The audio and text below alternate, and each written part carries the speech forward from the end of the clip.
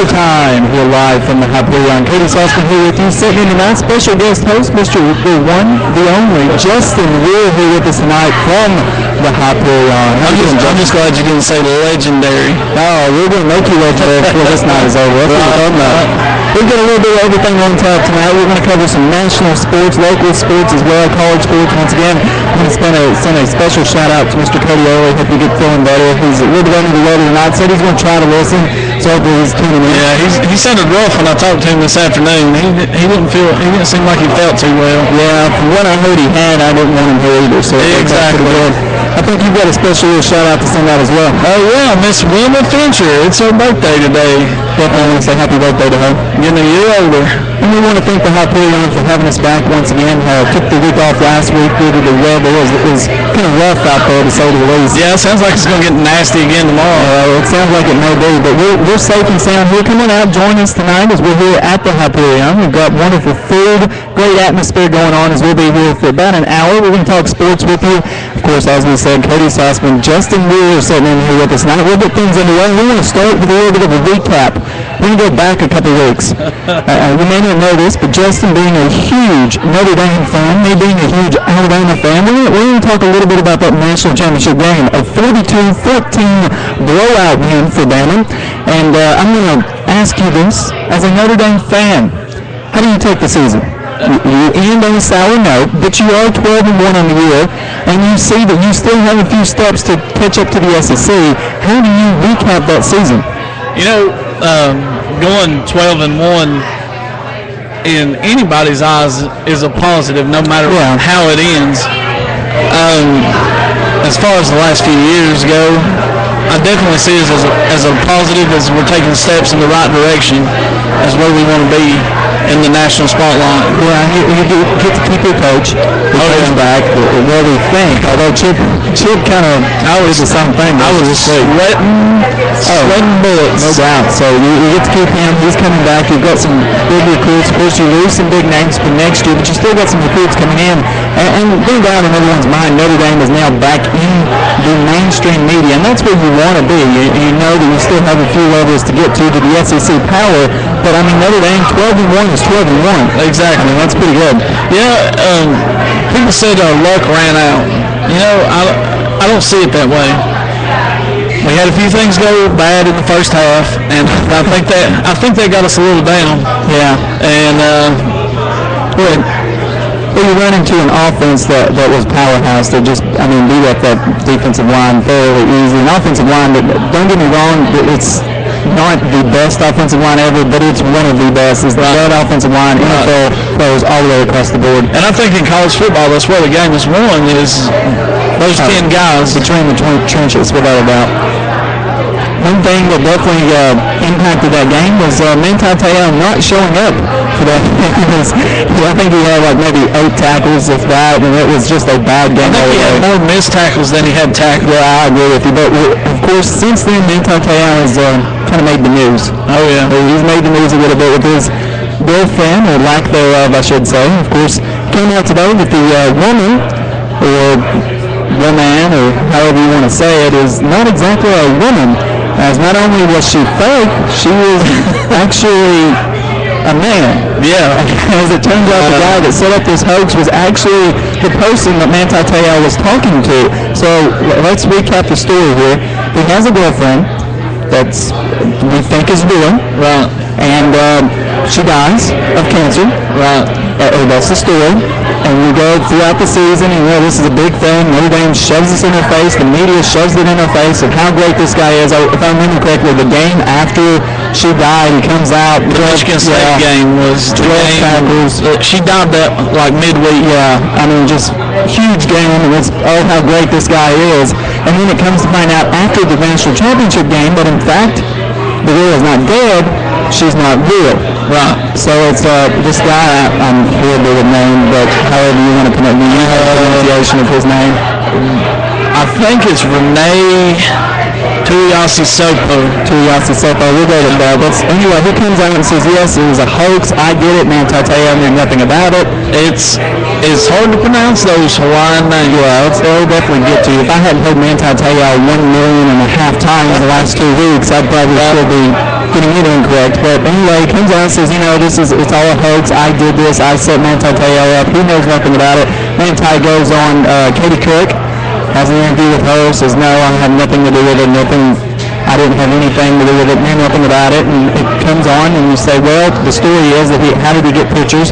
He got a picture from the girl that the guy took a picture of his uncle, took a picture of his uncle in the hospital, sent him to this girl that was eventually the pictures that came out of the Taylor's girlfriend, and said, here, he's sick, send me a picture of you, we need to lift up his spirits. So he gets that picture, sends it on to Manti Te'o, which is where we stand with the pictures, but then it comes out today that we stand with the Willis that he spent over 500 hours on the phone with, and he never met this person, never actually hung out, but he spent over 500 hours on the phone. That's not including text messages and everything else. It turns out that Willis was in fact a man. But the thing that got me about Tuiasi Sopo is that he went to voice school to learn how to talk like a woman. That is ridiculous. Well, of course, now there's still going to be lots of different stories coming out throughout the next couple of weeks as this thing changes. It was, to begin with, one of the weirdest stories I've ever heard. At this point, it's the weirdest story. By far. Yeah, it's definitely a bizarre story. And we thought it had died and anything that's out today, and it's back again, back in your face. I don't think it's ever going to quite fall off. No, I mean, within the next year. Yeah, that's going to be something that we learn about. Definitely something interesting. I'm going to ask you as conspiracy theories, Brand. I know Jack loves conspiracy theories, so we're going to give him a quick on here today. What do you think is the motive behind this guy doing this to Manti Te'o? Or do you think Manti Te'o actually knew about it, just trying to hide something? I mean, what do you think? I honestly don't think that Te'o knew about it. If you listen to the excerpts from the interview with Jeremy Schaap, the very first interview he done, you can tell by listening to him that he knew nothing about it. You don't have to see his body language. You can hear it in his voice that he had nothing to do with this. Well, see, here's my problem with the story. There's several things in the story to begin with. My first problem is if this guy is getting so close to this woman, to the fact that he came out saying he loved her, he was doing one of the nerves and all this other stuff, he did not attend the funeral, what they thought was a funeral, which bothers me to begin with. Which is fine. I mean, you can say, well, you had things he had to do. He was a college student. He was a football player. He was a big star. But he did not attend the funeral. And then it goes on now. We're standing here, and we found out, supposedly, December 26th, and the law of that was December 26th, that he found out, and came to Notre Dame and said, this is what I'm There's two different dates that has been said. Those would be before the national championship. December 6th and December 26th. Either way, December 26th is when he went to Notre Dame. Either way, it was after before the national championship game, before he found out and went to Notre Dame. He did not find out till last week. Right. First of all, how did he get verified from the week of the media tearing it apart?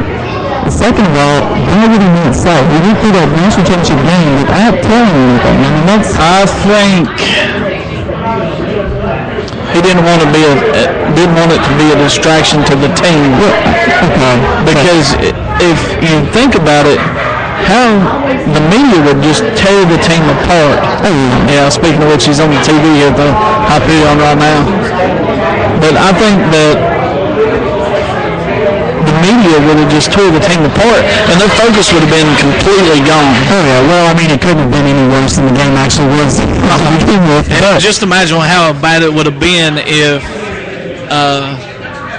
they would have asked the team about that all week long in media days. And my thing is, and I don't really think Manti is the guy to blame here. I do believe he is a victim. Right. I believe he is the guy that is the victim. But my thing is, I truly believe, this is my opinion, I have no proof behind it, but my belief is that he went to Notre Dame, and Notre Dame said, you know what, just kind of kick this under the bed scope for a little while and just leave it there until this game is over with. Then we'll come out with a little later on. Right. I believe that too. I mean, I think that they probably did want to wait to say something about it. Yeah, I mean, I can't blame them there. It's wrong, but I can't really blame Notre Dame for doing that because How's it wrong? I mean, that should be released. It's no different than Bill Belichick of the Patriots hiding injury reports or people being hurt. It's the same thing. In principle, it's not wrong. Morally, it's probably wrong. I don't see how, though. I mean, it should come out. That's a big thing. Do you think Nick Saban would have said, "Hey, let's let the media have this and run with it"? No. I mean, because it's going to be a distraction. Right, to the and team. I'm not saying that they made the wrong decision. I think they made the right decision in keeping it from the media. Yes, from the people in that situation. Yes, they made the right decision. But morally, you can understand where I'm saying this is wrong. I don't really see it. You don't see it? No. Okay, let's put it this way. If it was you in those shoes, would you want it to come out, or you want it to just hide under there and be like, have to keep yourself I would hidden? want it to wait until the biggest day of my life was over with, the national championship, Understood. and then let it come out. Understood. No matter how it affects my life after. Yeah, but do you see it as a distraction? Do you think that was for him or the team? Do you think the team knew or just him? I think just him, Coach Kelly, and Jack Swarbuck knew. Right, okay. So you think it was a distraction for him, though? Yeah, I do. You can see it in his face.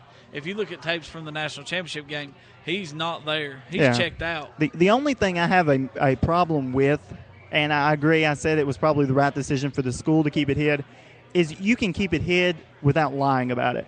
And he came out and he still went along with the story. He did interviews about the story. He kept telling that this girl, was my girlfriend. This girl died. That's where I think he went wrong. He can't help what he's asked in interviews.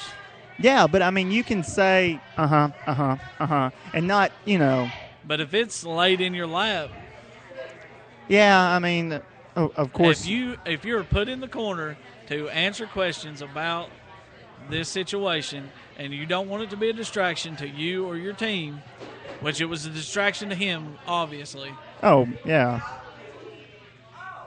Hide it. Yeah, I mean, just go along with it. Go along with it. I think he was told to go along with it for a few more weeks just to get past the national championship game. I can understand the decision by the school more than I can understand the decision by him. If you get what I mean there. Yeah. And but of course there've been tons of conspiracies over this. We've also heard that he's actually gay and hiding that. And Katie Couric actually asked about him. He said far, far from it was his actual response. So I mean it's a matter. This really shows how messed up that guy is. I mean this is a weird individual to do this because have you ever sat down and watched the show Catfish? Yeah. There are some strange individuals on there. This is a weird guy. He tried out for that show and didn't make it, correct? Who? The Tuiasi Sopo? Yeah. I haven't heard. I'm pretty certain he tried out for one reality TV show and didn't make it. Right. But this is obviously a weird individual. Yeah. It is. And on top of that, it also shows that Manti Te'o, I know he's a good Mormon faith guy and wants to believe the best anywhere, but let's be honest, that is a bit gullible. I mean, it's a bit gullible. I mean, how does this go? Babe, I'm talking to you. Can we Skype? No, we can't Skype. My computer's messed up. Oh, okay. Can you send me an updated? No, I dropped my phone in the toilet. I mean, how do you have that conversation? You've seen the show Catfish. Yeah, there are numerous people out there, thousands upon thousands of people out there that do the exact same thing every single day of their life. Okay, then there are thousands upon thousands of people that are gullible.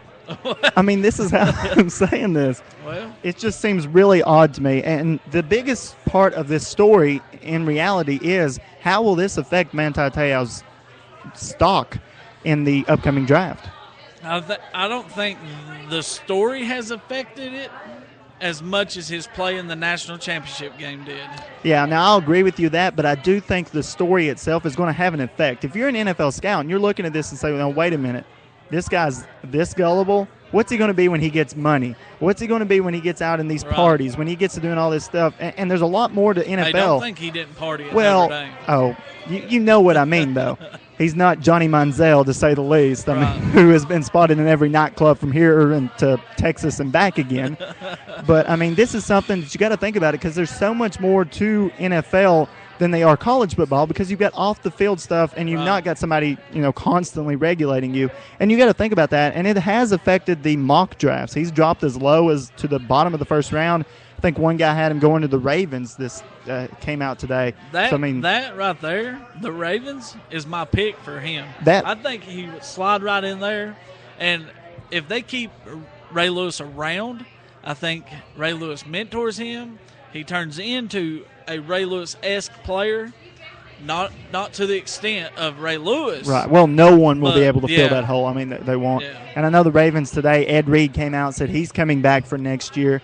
So, I mean, that could be a position perfect for Manti Right. Te'o. I mean, it really and could. They're built quite the same. Yeah, I mean, they're kind of similar, both small in stature, both kind of not as quick as most guys, but both made an impact. My thing is I never was a Manti Te'o fan even before this came out. I said it was ridiculous that he ended up second in the Heisman. He shouldn't have been in the Heisman. He shouldn't have won all those awards he got. I had big problems with Manti Te'o. I say he got these awards because he was at Notre Dame. How do you not give the best defensive player in the nation? Because I don't think he was the best defensive player in the nation. And this is what I'm thinking of. Manti Te'o, 110 tackles. He had 1.5 sacks on the year. He had 7 interceptions. Okay. He led the nation in interceptions with linebackers. Fine. I'm fine with that. Okay. Right. Then you look at Javon Clowney, guy that was out South Carolina, playing in the SEC every single game, had the huge hit against Michigan in their bowl game. I mean, just knocked the guy out. Had 4.5 sacks against Clemson alone. He had 11 sacks on the year, 59 tackles. Manti Te'o wins 7 awards. Javon Clowney wins 1 award. How many games did South Carolina win? Not as many as Notre Dame. Exactly. That's what I'm getting at. This was a product of Notre Dame's success, not a product of being the best defensive player. I think it's a product of exposure. Okay, I'll do you one better. Georgia's linebacker, Mr. Jarvis Jones, Yeah. a guy that, Georgia nearly made it to the national championship. They had center stage against Alabama in that SEC championship. This guy only played in 12 games. He was suspended for 1, hurt 1. Okay, he plays in 12 games, has 94 tackles, just 16 less tackles than Manti Te'o, and played 2 less games than Te'o did. Right. All right, he had 14.5 sacks on the year, 13 more sacks. What position does Clowney play? Clowney played defensive end. I'm talking about Jarvis Jones now. Jarvis Jones plays the same position Manti Te'o plays. He's got 13 more sacks than Te'o. He's only got 1 interception, but Manti Te'o did have 7 interceptions, although on those 7 Here's interceptions, the difference between Jarvis Jones and Manti Te'o. one plays for the number 1 team in the nation going into the championship game, one plays for Georgia. No, I don't think that's it. It's the different defensive schemes. Georgia blitzes a lot. They do. You're right. Notre Dame doesn't. You're right. Manti Te'o plays in coverage a lot. That's why he ended up with 7 interceptions. Georgia plays in the SEC against the very best week in, week out. Notre Dame played Pittsburgh. Notre Dame played Navy. So Notre Dame played Oklahoma, who turned out to be nowhere near as good as we thought they were. they were still Notre pretty Dame good. played USC, who was horrendous. Hey, I agree with that. But Oklahoma is still Oklahoma. Oklahoma, USC yeah. is still I mean, that's USC. still a big game. And I was the first one to say I thought Notre Dame would trip in these games as they, annually do. They typically come short in these, but because I think back to that game of the century, I think it was a few years ago when Jimmy Clausen was at Notre Dame and they played USC, and this is the biggest game ever, and they came out and just completely flopped. Probably. I mean, it's just something that they tend to do. I But tell you, the worst game as a Notre Dame fan for me was the 2005 game when Reggie Bush pushed Matt Leinart across the line. oh yeah, well, that doesn't count. You won that game because if you remember correctly, USC got those games taken away.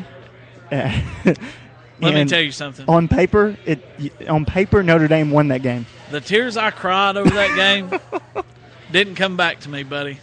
Well, contact Reggie Bush. He's having to give everything else back. Maybe he can give you some tears back. But no, I mean, it just bothers me. As I said, Jarvis Jones didn't win a single award. Had that big of a year, didn't win a single award. Their awards, Javon Clowney, Jarvis Jones, their awards are going to be going much higher in the NFL draft than Manti Te'o is. And I think Manti Te'o was a product of where he was being in the Product of spotlight. exposure. Yeah, exactly. Much more than he was product of being the best player. Right. All right, well, we'll take a quick break here at the Hyperion. We'll come back. We'll do some local sports. We'll go into the middle school, elementary schedule. We'll also go into high school basketball, as that's several games on tap tonight. We'll also continue with college basketball and much more as you're listening to The Overtime here live from the Hyperion. Cody Sauceman, Justin, we're here with you. Take it away, Jack. Thank you, Cody. I want to apologize to everybody at first. I had the settings wrong to take out the background noise, and somebody mentioned that the audio wasn't that good, so I redid the settings, and now they're saying it sounds perfect. So thank you for telling me that. But I do want to thank the Hyperion for allowing us to be here. It's a live atmosphere. Come out, get you some great food, enjoy some great entertainment. If you want to call into the show tonight, the phone number is 423-972-4444. Don't forget our friends at Realty Executives. Give them a call if you're looking to buy or sell a house, 423-639-3465, or check out their website at greenville-homes.com. Cody, I'm going to take it back to you. All right, Jack, thank you very much. Also, don't forget each one of those sponsors. Once again, we want to send out a happy birthday to Miss Wilma, as we want to send special greetings to her. Also, we want to send a get well soon to Cody Early out there. I hope he's listening and enjoying the show. He better be. Yeah, he better be listening. He said he was going to, so he better be. I think his woman was coming over, and they were going to cuddle up together and listen to the show. That's a great way to spend a Thursday night. As we said, we're live here at the Hyperion. Special thanks to them for having us here, as they always do. Great food, great atmosphere. Come out, eat you a bite, drink you a nice sweet tea, as we are. I think you've got Coke, actually. Yeah, I got Coke. And enjoy yourself here, listen to some sports. We're going to get into something that is a favorite here on The Overtime, as we enjoy it. I know me and Cody does. I'm going to make Justin enjoy it. I'm sure he does. And I know our fans enjoy it as well. We're going to get into something about local basketball. We're going to talk about, first off, we're going to talk about the elementary and middle school schedule, as big games coming up for these guys this week. We've got tonight all kinds of action going on. We've got McDonald taking on Mossine. DeBusk is at Nolichucky. Camp Creek's at Glenwood, and Belton is Otway, as that's four big games. As it's leading up to the postseason time. It's nearly time here. Of course, county tournament beginning at North Green High School Saturday. Big games there for that one. I know they're excited. Middle school, elementary, they're both excited for that one. County tournament beginning at North Green High School Saturday. You remember the good old days? Oh, yeah. Those were fun times, playing elementary, middle school. Yeah. Getting out there, enjoying yourself. And my 8th grade year, we went 20-0 in basketball. The most fun was always the ice cream after the games. Yeah. Pizza or whatever it may be. Or the laps that we ran. Speaking of which, we'll get into a very interesting story. You know, Duke got blew out last night. They got blew out quite badly last night. But I'm going to tell you a little bit later on how that blowout connects to a blowout back in 1991, before I was even born, how those two games are almost exactly the same. I feel like an old man by you saying that. I know. I was born in 92. I turned 28 next week. I turned 20 this past. Yeah. Well, although it kills me to say 20, I feel like I should still be 19 or something. Yeah. But, oh well. At least you're not pushing 30, buddy. That's true. We'll get into the high school action is going on tonight. Johnson County's at Tri-Cities Christian. Hancock County is at my alma mater, Clinch. We're there at Clinch tonight. Hancock County at Clinch. What is that like? There'll probably be a combined 15 people in the crowd. No, they actually have a pretty good crowd for Clinch. They just have like 5 players on the team. They have a decent crowd. There's 5 players on the girls' basketball team. There's probably more people in this building right now than there will be. No, I mean, I'll take you to the game. The Clinch area comes out to their games because there's nothing else to do in Clinch. Oh, so I mean, sure. they make a crowd. There's not, North Green, South Green crowd or West Green, Chucky Dope crowd or anything like that, but there's a decent crowd to be a small town area. I mean, I tell you, the best crowd I ever seen was at Elizabethan. When I was a basketball manager for South Green. Really? We went up there and played, and there's probably 2,000. One of the best crowds people. I ever saw was last year, Ladies Classic, during that tournament, Science Hill in the championship game. That was a very good crowd. And I went to a couple games in Virginia, and I don't know if you've been to Virginia high school basketball games. They take that stuff very serious. I went to a Twin Springs Castlewood game. It's a rivalry game, and they've got a student section of about 1,700 people. Wow. And they've got the newspapers out, the who is that kind of stuff. They've got the canes and the glasses making fun of the refs. I mean, it was definitely a great atmosphere. As I've seen a little bit of everything. I think that's something that a lot of kids nowadays are missing out on, You Yeah. should be out at basketball games. You should be making fun of the players. You should be making fun of the refs.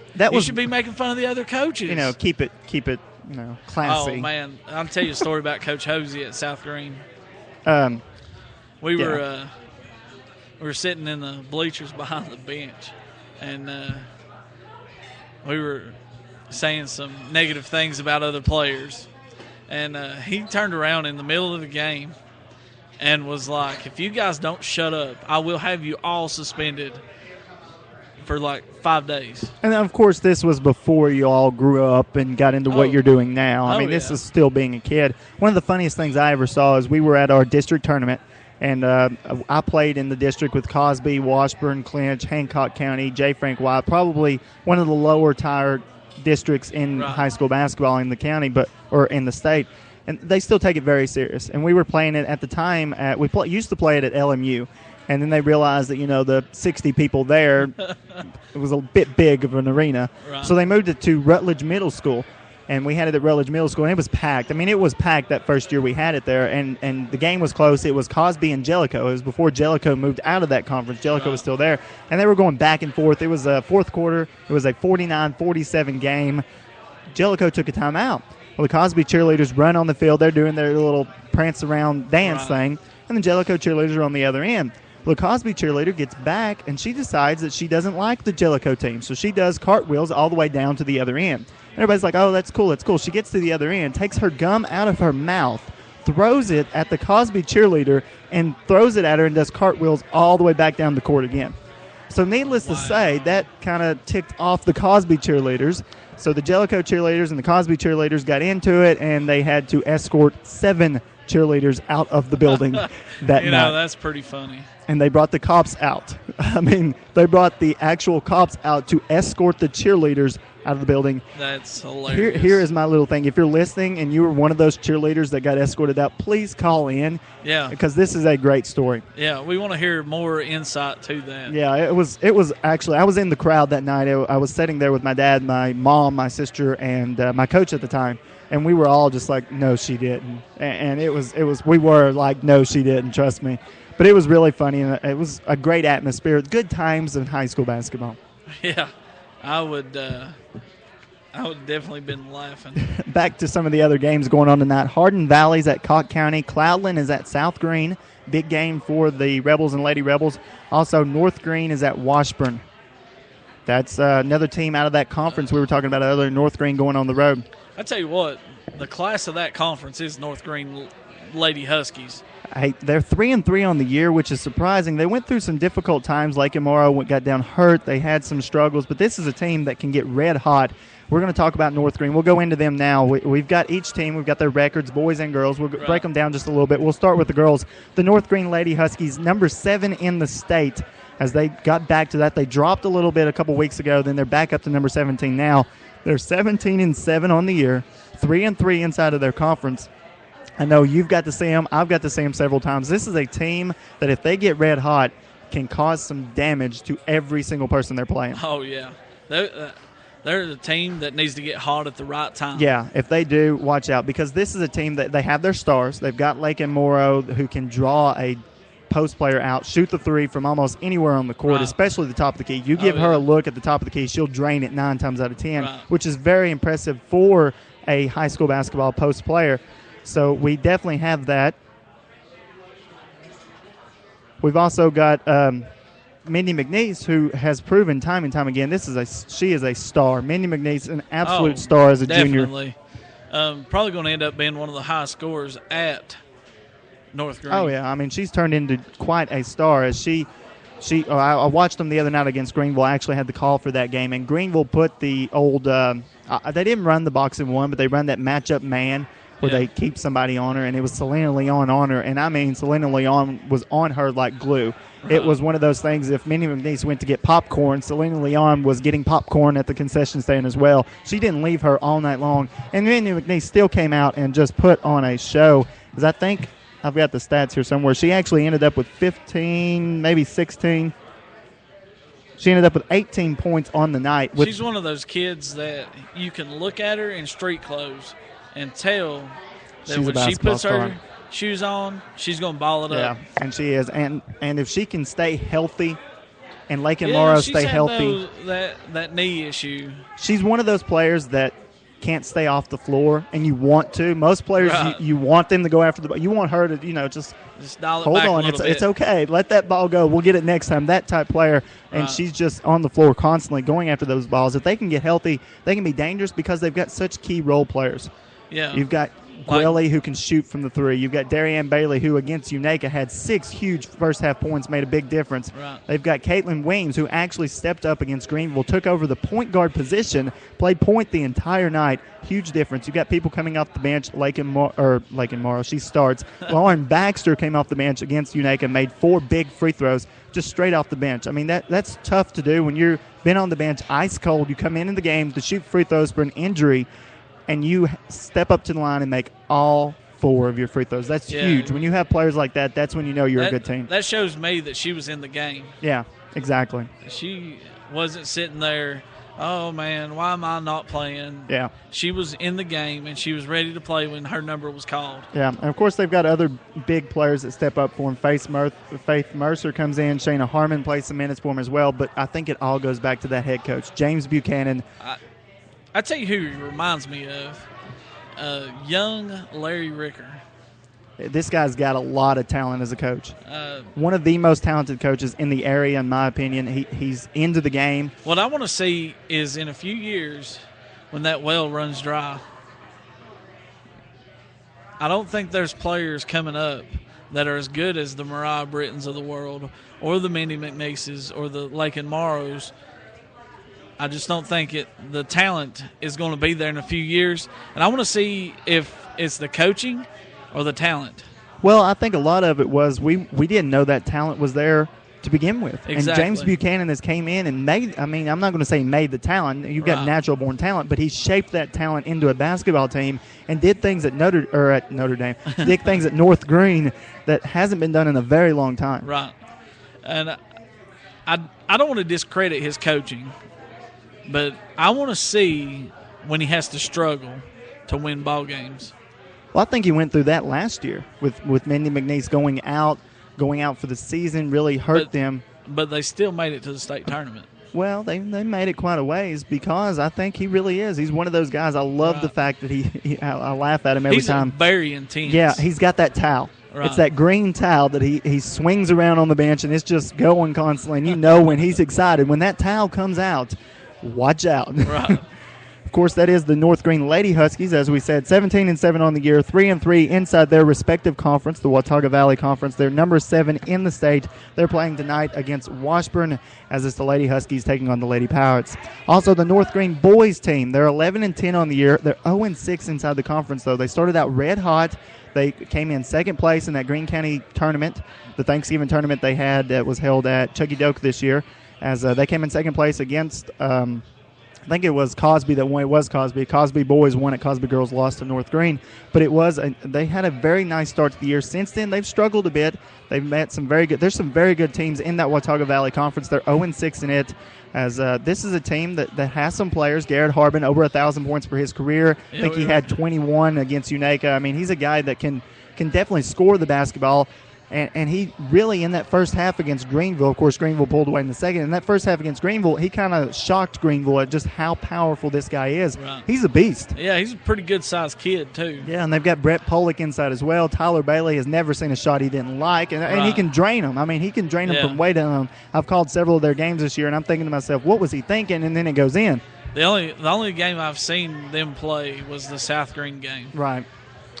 And Bailey's really impressive. Yeah, He'll shoot it from just about anywhere. I think I've seen him shoot it 2 or 3 times from the S on the Huskies. Yeah, out there. he does not care one bit to just light it up from anywhere, and he's got the green light. They've got other big players as well. Tanner Collins, I know Adam Kirk has made an impact off the bench. Zane Britton, Brett Polick, other players that come in and really add to this team. This is a team that I think is getting better. First-year head coach.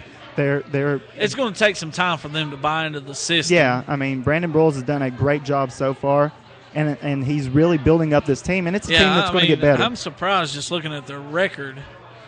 that they're 0-6 in the conference. But they've got an 11-10 record. That is a very tough conference. University High, Unaka, Cloudland, Hampton, some very good teams in that conference. South Green will be dropping into that conference next year because they moved down to 1A. Speaking of South Green, we'll switch over to South Green. You've got the girls 17-6 on the year, 6-2. They're second in the Blue Ridge Athletic Conference as they knocked off Chucky Doak the other night in the big game. As the Lady Rebels, they're another team that when they get hot, they can be dangerous. That talent's running out, too. I'm telling you. They've got some talent right now, though. They do. Laura Ricker, Malin Cutshaw, Cheyenne Upton. These are girls that can, light it up. Javen Wilhoit, little point guard, that they can really light it up, and they make a difference. Yeah. It's going to come down to coaching as to how good they're really going to be. Well, I think Stephen Gregg is a good coach, but he's not really been tested. And I think they'll get their test Derek as they Dyer go along. Laid that foundation of good coaching to those girls. And I don't know if it's going to continue to be that way. Stephen Gregg's a guy that I did see make very good calls throughout the year. Right. He has been impressive at times, and he's impressed me, what I've seen him coaching. But in all reality, every one of these teams in the Blue Ridge Athletic Conference, they're chasing Granger. Right. They're chasing the Lady Grizzlies. They're playing for second place. Lady Grizzlies 22-0 on the year, 9-0 inside the conference.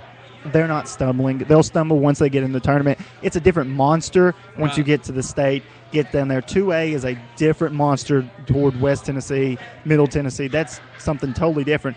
But I don't see the Lady Grizzlies losing in the conference. No, I really don't. And I mean that with the utmost respect.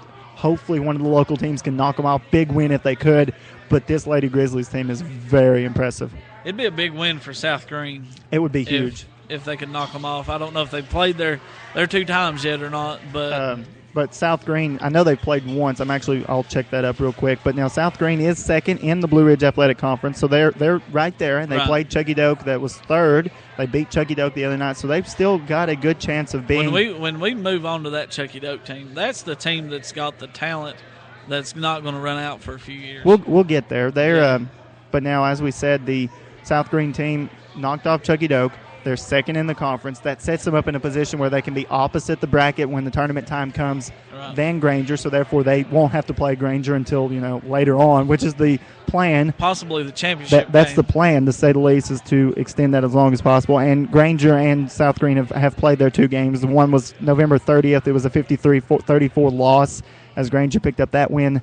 The other one was January 11th. It was a 71-44 loss. Granger got that win as the Lady Grizzlies do have a couple games left. That just tells me that they're gelling and getting better. Yeah, I mean, the Lady Grizzlies play Chucky Doak coming up Friday night. That's tomorrow night. They play Chucky Doak.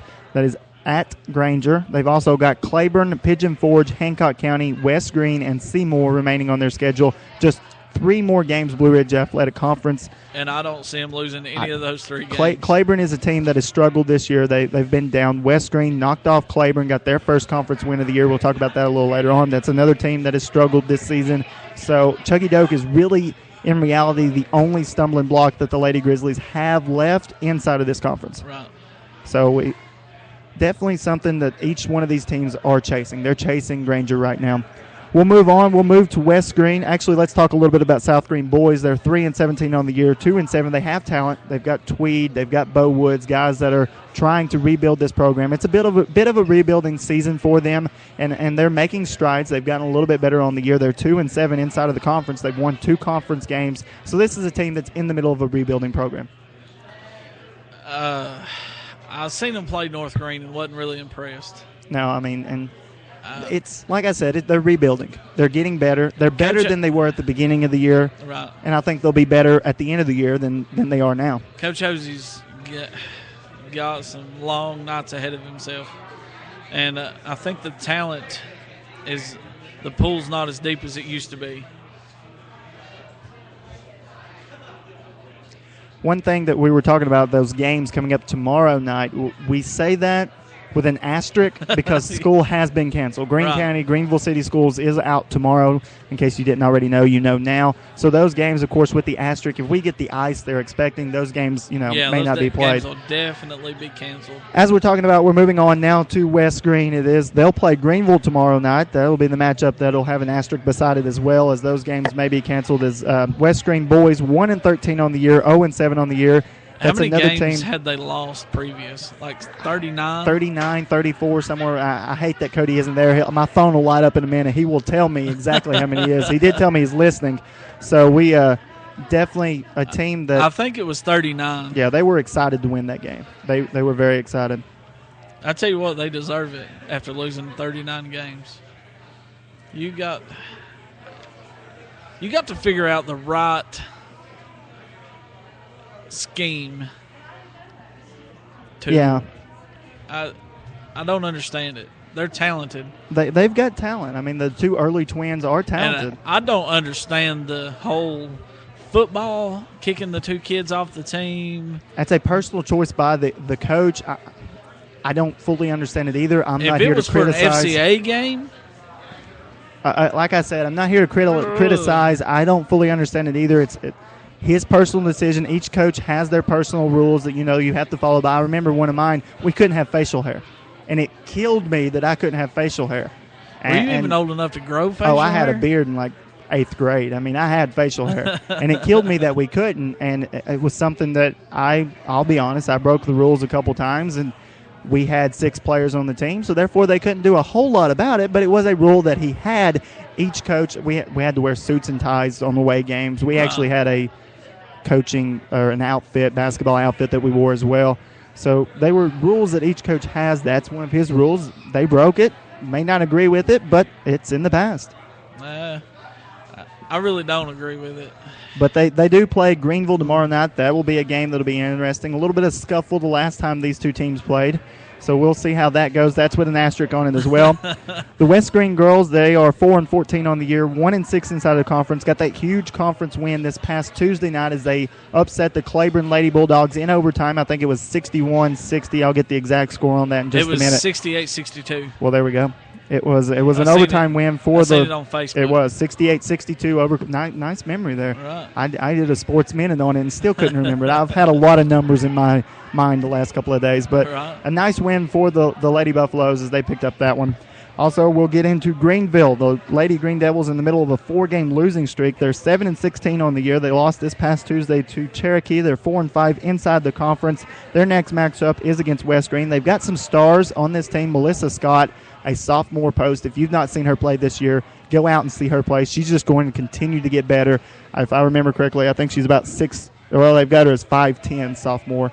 So I think I've seen them play, but they didn't play too impressively in the ladies' classic. No, they struggled in the ladies' classic. I seen them play against North Greene, and they struggled in that game. But this is a girl. She got in foul trouble early, which is typical of post players. She's young. She's a post player. They tend to happen quite often. Hopefully, she'll get out of the habit. But this is a girl that can make an impact. She really bothered North Greene throughout that game. Right. They've also got Madison Shipley. They've got a couple of good guards, and the two Leon.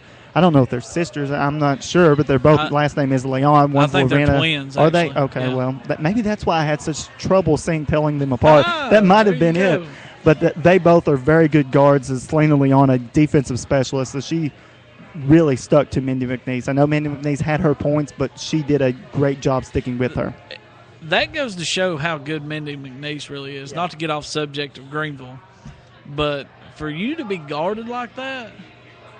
Yeah, and Selena Leon did a great job. My thing is, if Selena Leon wasn't in her face the entire night, how many points would Mindy McNeese had? That's what you got to How think big about. of a game would she have had? She could have 30 or 40. Leon should be a little happy holding her to 18 points after that game. She was on fire for that one. And they've got other players that come in off the bench and start for them, as they've got a nice little point guard and other players as well that make an impact. And then we go to the Greenville boys. They are 17-8 on the year, 9-0 in the conference, undefeated in the conference. They're 18th in the state. They stand on top of the Blue Ridge Athletic Conference as they're the number one team in that conference.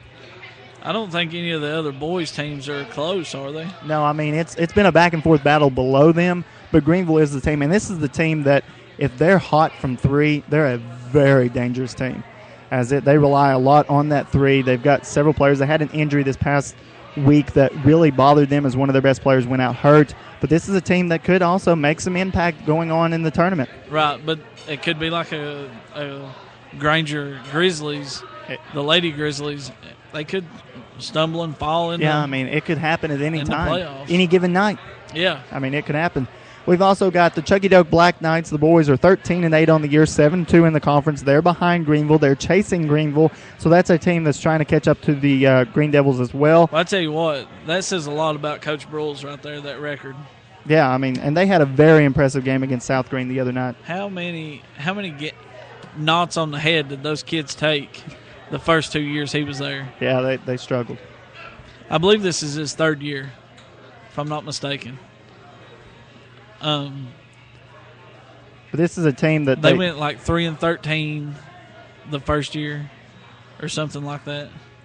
This is a team that, as we said against South Green, looked very impressive. They jumped out to an early lead in that game, but they didn't put the pedal down. They kept the pedal, Right. going. They didn't give up. And a lot of times you have to be that way because you don't want to lose momentum. Yeah, I mean, I disagree with coaches letting up. Once you get a team down, keep them down because you never know what's going to happen. They could start getting turnovers, momentum shifts. Yeah, I mean, and they didn't let South Green back into that game as they kept the tempo up and they kept the pedal down. Right. That's a team that they looked impressive, and I mean, this is a team that, once again, if the Green Devils slip up, they're right there. Right. I mean, they're right there in that situation. I tell you who impresses me is the Lady Black Knights. Yeah. Their record don't show it, but they're a really good team. Well coached. Yes. They are very well coached. Beth Fry in her 14th season done a great job out there. Seems like she's been there 1,000 years. It's been 14. I've heard Cody say it about 20 times this year, so it's been 14. But back to the Black Knights real quick. I want to throw this in. They were 3-21 in 2010-2011. Yeah. As they were 3-21, 2-9 inside of the conference, and then this past season they finished the year 7-20, 2-10 inside the conference, and right now they sit at 13-8, 7-2 inside the conference. Nice turnaround. That shows that these kids are finally buying in to Coach Brules' system and are playing his style of basketball and what he wants. And the attitudes are there, and they're all in and doing what he wants them to do. Yeah, I mean, that's the key thing, that the players have to buy in. Yeah, exactly. And not to knock anybody, but that first year, he had a few players that were attitude problems, if I may say that, and didn't want to buy into the system and didn't want to do what he wanted them to do. That's important. You've got to have players that buy into the system. That's very important. It's like the old saying goes, if you have one bad apple, it's going to ruin the whole bunch. Yeah.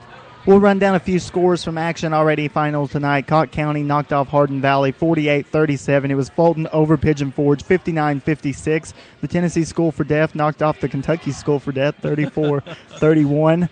Also, Alcoa knocked off Loudon. CAK knocked off Stone Memorial. Maryville knocked off Knox West. And Tyner Academy knocked off Red Bank. All those high school lady basketball scores coming for you there. Don't forget, Saturday, the county tournament begins at North Green High School. Once again, that is Saturday, elementary, middle school county tournament beginning at North Green High School. Coming up tomorrow night, if there isn't, alters to the schedule due to snow or ice, Greenville will be at West Green. It is Chucky Doak at Granger. Those are coming up tomorrow night. North Green, Washburn in action. Cloudland, South Green in action tonight. We'll take another quick break here on the overtime. We'll come back in, wrap things up as time's flew. We've only got about 11 minutes left on the program. Take it away, Jack. It is Cody Justin on the overtime. Don't forget our friends at Lynn Pitt Construction. Give them a call today, 423-823-1960. Check out their website at www.pittcrew.com, PITTCREW. They're great folks. I've met them and talked to them, and I'm proud to have them as a sponsor, as I am with Tommy's Plumbing, Realty Executives, and all of our web sponsors. And once again, I want to thank the Hyperion Grill for allowing us to be here every Thursday, and we love being here. And we've got the audio working great now, so it's always a work in progress when you're doing a live show. And I'm gonna throw it back to Cody. Yeah, it's very difficult to make me and Justin sound good, so a little bit of trouble to begin with. We've got it fixed now and everything going. Once again, want to thank the Hyperion. I want to thank Justin coming in tonight, setting in for Mr. Cody Early. We want to wish him well. We've also happy birthday to Wilma. Happy birthday to her. Justin, I'm glad you're here. We've had a great time. Right. A few more things we want to wrap up. We want to let you know that right now, University of Tennessee, they lead 25-16 over number 23 Ole Miss. It is 1:16 to go here in the first half. That could be an upset. Give it time. Yeah, well, I mean, it could be an upset. Tennessee struggling a bit this year. They're 9-7 on the season, 1-3 inside of the SEC. They lost their first 3 games. Then they picked up a win over Mississippi State this past weekend, 72-57. They play Alabama at Thompson Bowling Arena coming up on Saturday. They are in action now as they lead 25-16 over Ole Miss. In Ole Miss, a team that knocked them off earlier in the season.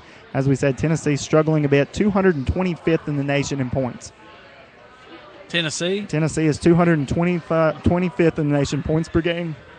Wow. They're averaging just 65.6 points per game. They're 101st in the nation on rebounds, averaging just 36.9. And here's the thing that gets me. 306th in the nation in assists per games. They're only averaging 10.8 assists per games, 306. Apparently it's somebody's birthday. If you can't hear in the background, they're singing happy birthday. I'm sure that's for Wilma. Yeah, I believe so. Field goal percentage is bad as well, 182. This is a team, Kunza Martin came in and he emphasized defense. They're fairly decent defensively. They just struggle mightily offensively. And, yeah, of course, the Neiman being out the whole year.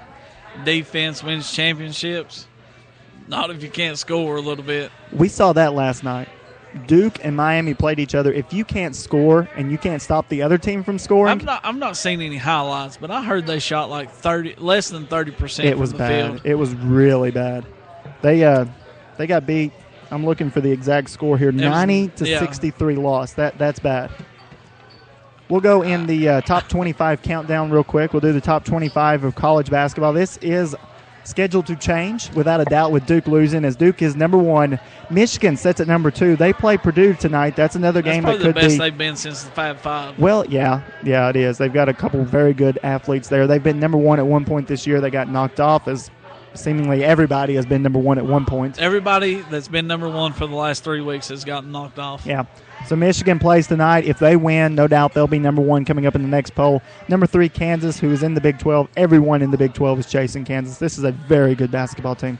Yeah, I've not seen them play, but they're very good. Syracuse, at their record, they're number decent. 3. Number 4 is Louisville. I think you got your numbers. Oh, no, wait, I've got it mixed up. Syracuse is number 4. Louisville's number 5, as that's how that one goes. Arizona at 6. They're playing UCLA tonight. Indiana, number 7, started the season at number 1. They've dropped a bit. That loss to Butler really hurt them. Florida is at number 8. That's another very impressive team. Butler, number 9, as they lost this past week as well. They lost to LaSalle late in that game. That's a big upset. College basketball is a different beast from any other sport ever. Yeah, it's one of those games that you never know what's going to happen. Right. I mean, you really don't. You could turn it on and it be team winning by 30, turn it back on in 20 minutes. Yeah, and they're down by 10. Yeah, I mean, it's one of those games that you just love to watch because you never know what's going to happen. Right. Gonzaga sits at number 10. They're facing BYU at home tonight. Kansas State at 11, Minnesota at 12, Michigan State 13th, Ohio State at 14th. 15th is New Mexico. Has a nice job down there in the pit this season, as they set at 16-2 on the year. Oregon is 16th. Have you seen their basketball court? Have you got a chance to see it any at all? They're the teams with the trees and the shadows. That it's when I first saw it, I'm like, that's cool, and then I see it. It just looks like the floor is dirty. Right. That's what it looks like. But they're 16th. 17th is Creighton. 18th, North Carolina State, a team that can be dangerous. Keep an eye on this team. They're a very dangerous team out of the ACC. Who did they knock off earlier? They beat Duke earlier in the year. Yeah. That was the team they beat. Virginia Commonwealth, a team local. I say local. They're not that local, but they were local recently as they played ETSU, knocked them off. Shaka Smart has his team back inside the top 25 again. Wichita State is at 20. 21st is Cincinnati. 22nd, Missouri. 23rd, Ole Miss, who is trailing right now 25-18 to Tennessee. 33 seconds to go in the first half. Missouri, an SEC team that gets to keep their coach, as they're at 22nd. Ole Miss 23. Notre Dame is at 24, and 25 is Miami, who undoubtedly will be moving up as they knocked off Duke. I promised you earlier how I would relate that game to a game back in 1991. Yeah. You ready for this? Yeah. All right. In 1991, it was February of that year. Duke played Virginia at Virginia. Yeah. Duke was blown out. It was a 24-point loss in that game. Duke came back. They made it back to Cameron Indoor Stadium, or Arena, excuse me. They said, you know what? You're practicing. They practiced that evening. It was an afternoon game. They got back about 7 o'clock. They practiced from 7 to about 10. Well, there was an NCAA rule made about that. Immediately following that game, there's now an NCAA rule that says you cannot practice the same day you have a basketball game. Okay. You got that, right? Right. All right, let's fast forward now to 2013. Last night, Duke lost 90-63 to Miami. Right. It's a late game. They get back at Cameron Indoor Arena at 12:30. At 1 o'clock, Duke holds practice till 4:15 in the morning. They got out of there 4:15 in the morning. Is it illegal? No, because it's not the same day that they had the basketball game. Once again, Coach K proving why he is one of the best coaches in college basketball. Right. They make a rule for him, and he finds a way to get around it. Right. Nice little tidbit there, as that's my fun story of the day. We'll also get a couple more things in real quick. Thoughts on the Lakers? Should they trade Dwight Howard? What should they do? I think they made the biggest mistake they've made this year is hiring Mike D'Antoni. I agree completely. Terrible. I agree. I also think they need to look to trade Dwight Howard some big problems. I've never been a fan of him to begin with. Get him out of there. Find somebody else. There's other people you can build that organization around. They're a product of their own stupidity. Yeah, in this situation. Okay, we're going to wrap things up by playing a game. We and Cody likes to play this. I'm going to put you on the spotlight. I'm going to ask you 3 questions. You have exactly 10 seconds and no more to answer, so I want the first thing that pops in your head. Are you ready? Okay. Question number 1. Would you rather meet Nick Saban and shake his hand or have a root canal? Root canal. How did I guess that one? All right, question number 2. Favorite Notre Dame member of all time? This can be coach or player. Joe Montana. Okay. And more likely to happen, Manti gets a real girlfriend or Bama wins 2013 National Championship. Manti gets a real girlfriend. And that's how we play 10 seconds. All right, don't forget, guys, local basketball going on tonight. Johnson City's at Tri-Cities Christian, Hancock County at Clinch, Hardin Valley taking on Cott County, Cloudland at South Green, North Green at Washburn. Also, elementary, middle school scheduled tonight, McDonald at Mossine, DeBusk at Nolichucky, Camp Creek at Glenwood, Belton is at Otway. County tournament beginning this Saturday. North Green High School, go out, support the young kids. Want to see a big crowd for that one as that's going on this Saturday at North Green High School. It's been great having you here, Justin. You had fun? Oh, yeah, definitely. Always fun. Want to send a special thanks to the Hyperion for letting us be here. Great atmosphere, great food. Come out, join them anytime throughout the week. Always, we're here on Thursday nights. We say always, barring snow, we're here on Thursday nights. Snow that comes down in about 15 minutes. Yeah, that was quite a snowstorm this past week. Hopefully everyone stays safe this week. Oh, yeah. As it looks like it may get rough again. Stay safe. We'll talk to you next time. It's been great. This has been The Overtime. It's Cody Sauceman. Justin Weir. And we'll see you next time, guys.